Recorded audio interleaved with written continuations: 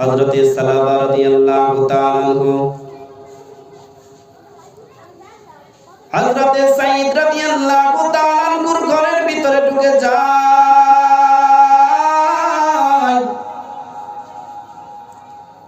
সরাসরি হযরতে সাঈদ রাদিয়াল্লাহু তাআলা আনহুর স্ত্রীর হাতের মধ্যে গিয়ে ধরে ফেলেন। এমন সময় হযরতে সাঈদ রাদিয়াল্লাহু তাআলা আনহুর স্ত্রী বলতেছেন, হাত ধরার সঙ্গে সঙ্গে হযরতে সাঈদ রাদিয়াল্লাহু তাআলা আনহুর স্ত্রীর হাত ধরার সঙ্গে সঙ্গে তিনি ভয় পাইতেছেন, কাঁপতেছেন।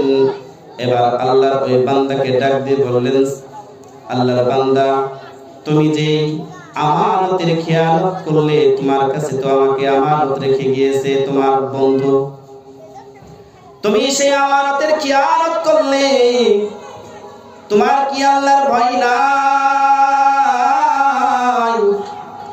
এই ব্যাপারে যদি আল্লাহ পাক রব্বুল আলামিন তোমাকে জিজ্ঞাসা করে কাল কিয়ামতের ময়দানে, হাসরের ময়দানে, তাহলে তুমি ওই রবের কাছে তুমি কি উত্তর দিবা, কি জবাব দিবা? আল্লাহর বান্দার ভিতরে